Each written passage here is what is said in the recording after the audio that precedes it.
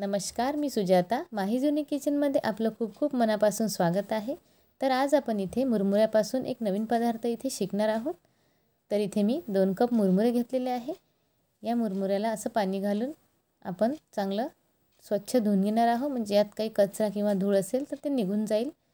मुरमुऱ्याची आपण भेल खाल्ली असेल, चिवडा खाल्ला असेल, पण हा पदार्थ आपल्यासाठी नवीन असू शकतो. त्यासाठी व्हिडिओ तुम्ही शेवटपर्यंत नक्की पूर्ण बघा, तेव्हाच तुम्हाला या व्हिडिओची नक्की मदत होईल. बऱ्याचदा आपण मुरमुरे आणतो आणि ते शिल्लक राहतात, तर अशा शिल्लक मुरमुऱ्यापासून आपण हा पदार्थ बनवू शकतो.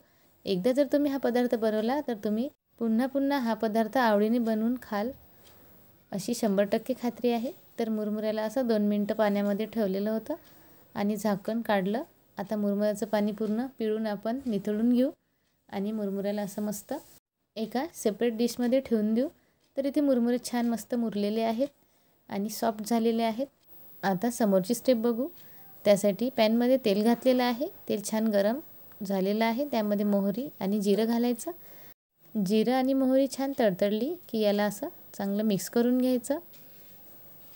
तर या पद्धतीने मुरमुऱ्याचा हा पदार्थ आपण नवीन बनवणार आहोत.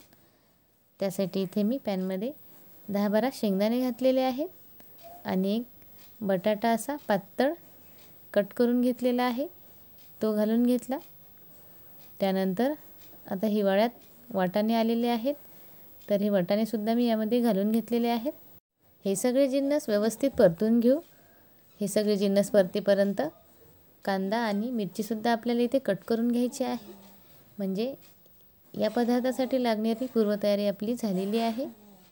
तर या पद्धतीने हे सगळे जिन्नस छान परतून झालेले आहेत. त्यातच आता कांदा आणि हिरवी मिरची आपण घालून घेणार आहोत आणि त्यालासुद्धा व्यवस्थित परतून घेऊ.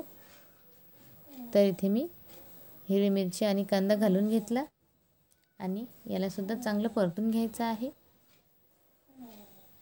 या पद्धतीने तुम्हीसुद्धा मुरमुऱ्याचा हा नवीन पदार्थ नक्की ट्राय करा. एकदा जर तुम्ही बनवला तर तुम्ही आवडीने नक्की पुन्हा पुन्हा बनवून खाल. सगळे जिन्नस इथं आपले छान परतून झालेले आहेत.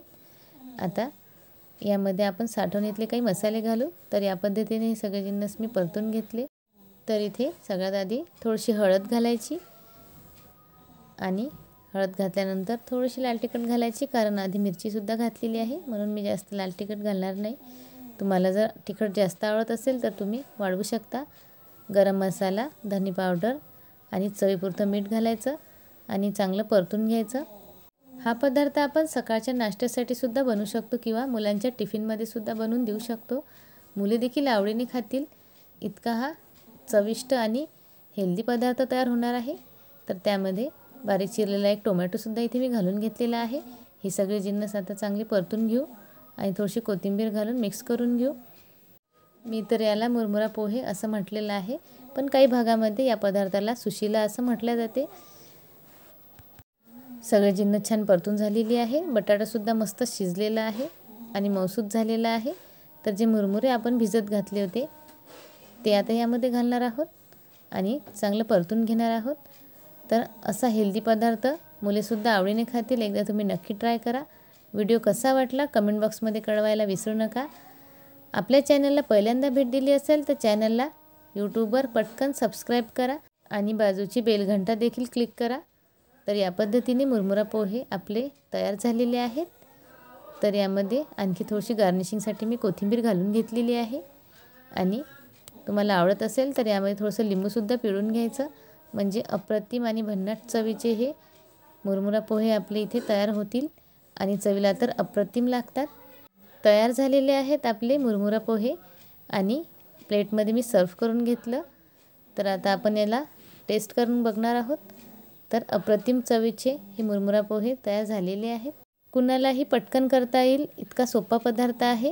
व्हिडिओ आवडला असेल तर व्हिडिओला लाईक आणि जाता जाता आपल्या चॅनलला सबस्क्राईब करा. पुन्हा भेटू अशाच एका छानशा रेसिपीसोबत. तोपर्यंत मस्त राहा, आनंदी राहा, सगळ्यात महत्त्वाचं म्हणजे खात राहा.